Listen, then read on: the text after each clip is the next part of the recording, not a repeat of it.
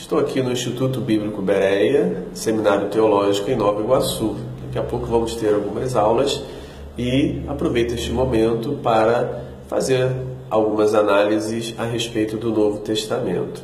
Hoje quero analisar com vocês João capítulo 14, versículo 2, especificamente a palavra traduzida ali por casa, que diz assim: Na casa de meu pai há muitas moradas. Se assim não fora, eu vou-lo teria dito, pois vou preparar-vos lugar.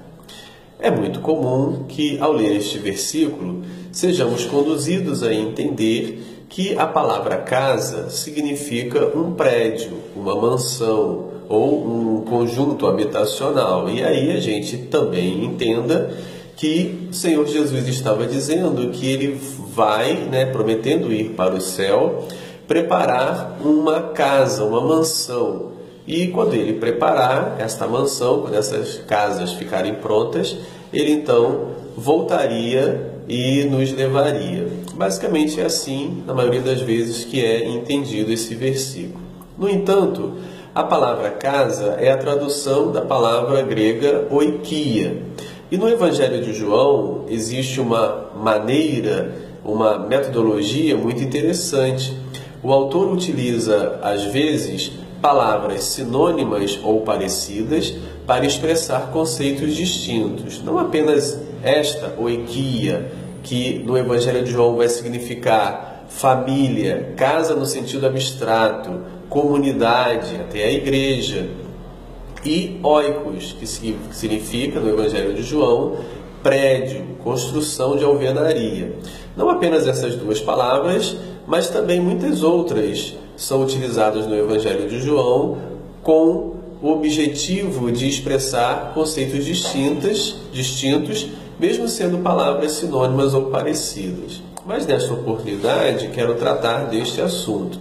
A palavra oikos, que aparece no Evangelho de João, no capítulo 2, verso 16, tem o sentido de casa, prédio, pois ali Jesus está dizendo aos líderes dos judeus: vocês transformaram a casa de meu pai em casa de negócio. E ele está se referindo ao templo de Jerusalém, ao prédio. Mas aqui no capítulo 14, versículo 2, a palavra é oikia.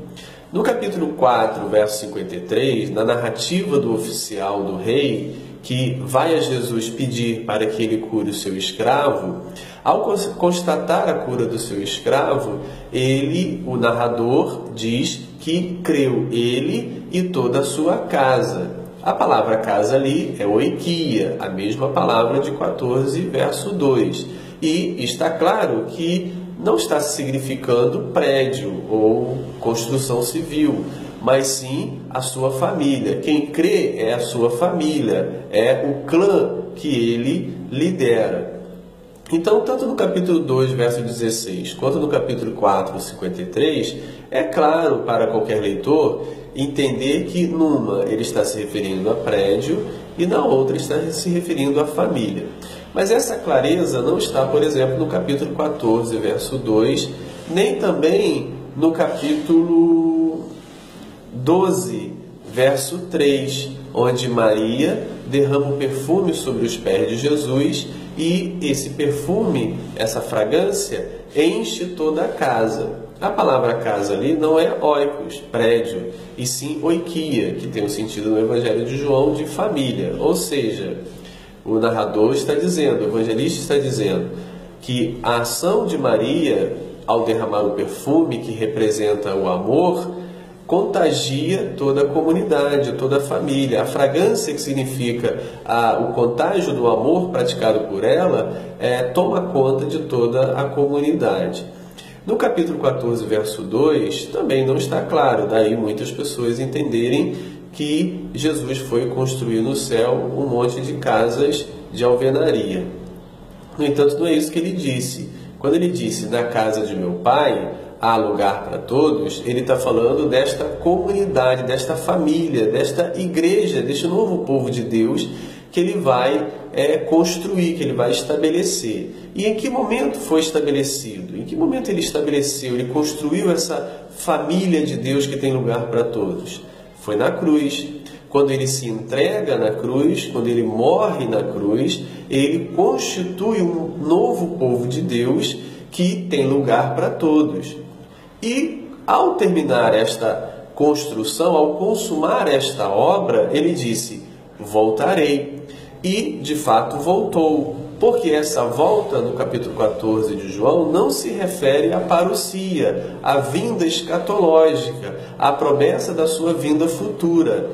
Mas esta vinda, imediatamente ao momento da inauguração ou da construção da nova comunidade, se refere ou significa a ressurreição. Tanto que no capítulo 20 do Evangelho de João, no domingo da ressurreição, os discípulos estão reunidos e Jesus se apresenta no meio deles. Ou seja, Jesus volta e aparece para eles.